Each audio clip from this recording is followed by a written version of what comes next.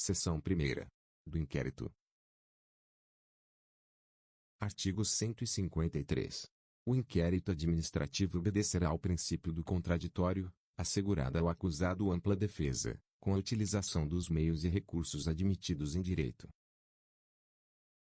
Artigo 154. Os autos da sindicância integrarão o processo disciplinar, como peça informativa da instrução.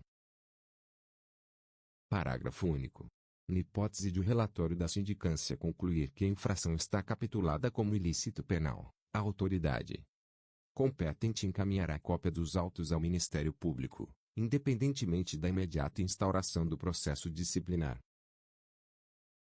Artigo 155.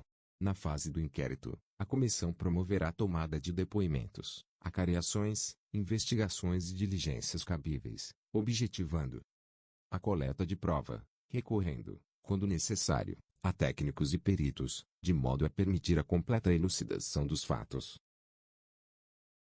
Artigo 156.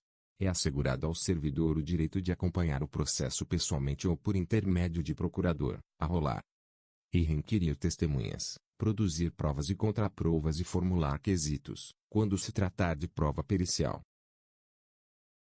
Parágrafo 1º. O presidente da comissão poderá denegar pedidos considerados impertinentes, meramente protelatórios, ou de nenhum interesse para o esclarecimento dos fatos. Parágrafo 2º. Será indeferido o pedido de prova pericial, quando a comprovação do fato independer de conhecimento especial de perito. Artigo 157. As testemunhas serão intimadas a depor mediante mandado expedido pelo presidente da comissão, devendo a segunda via, consciente do interessado, ser anexado aos autos.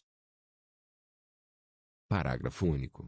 Se a testemunha for servidor público, a expedição do mandado será imediatamente comunicada ao chefe da repartição onde serve, com a indicação dia e hora marcados para inquirição. Artigo 158. O depoimento será prestado oralmente ou reduzido a termo, não sendo lícito a testemunha trazê-lo por escrito. Parágrafo 1º. As testemunhas serão inquiridas separadamente. Parágrafo 2º. Na hipótese de depoimentos contraditórios ou que se infirmem, proceder-se-á à acariação entre os depoentes. Artigo 159. Concluída a inquirição das testemunhas, a comissão promoverá o interrogatório do acusado, observados os procedimentos previstos nos artigos 157 e 158. Parágrafo 1º. No caso de mais de um acusado, cada um deles será ouvido separadamente, e sempre que divergirem em suas declarações sobre fatos ou circunstâncias, será promovida a acariação entre eles. Parágrafo 2º.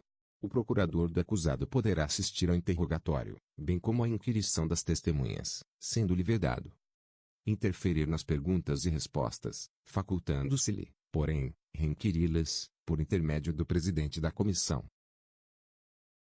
Artigo 160. Quando houver dúvida sobre a sanidade mental do acusado, a comissão proporá à autoridade competente que ele seja submetido a exame por junta médica oficial, da qual participe pelo menos um médico psiquiatra. Parágrafo único. O incidente de sanidade mental será processado em auto apartado e apenso ao processo principal, após a expedição do laudo pericial. Artigo 161. Tipificada a infração disciplinar, será formulada a indiciação do servidor, com especificação dos fatos a ele imputados e das respectivas provas. Parágrafo 1º. O indiciado será citado por mandado expedido pelo presidente da comissão para apresentar defesa escrita, no prazo de 10 dias, assegurando-se-lhe vista do processo na repartição. Parágrafo 2º. Havendo dois ou mais indiciados, o prazo será comum e de 20 dias. Parágrafo 3º. O prazo de defesa poderá ser prorrogado pelo dobro, para diligências reputadas indispensáveis. Parágrafo 4º.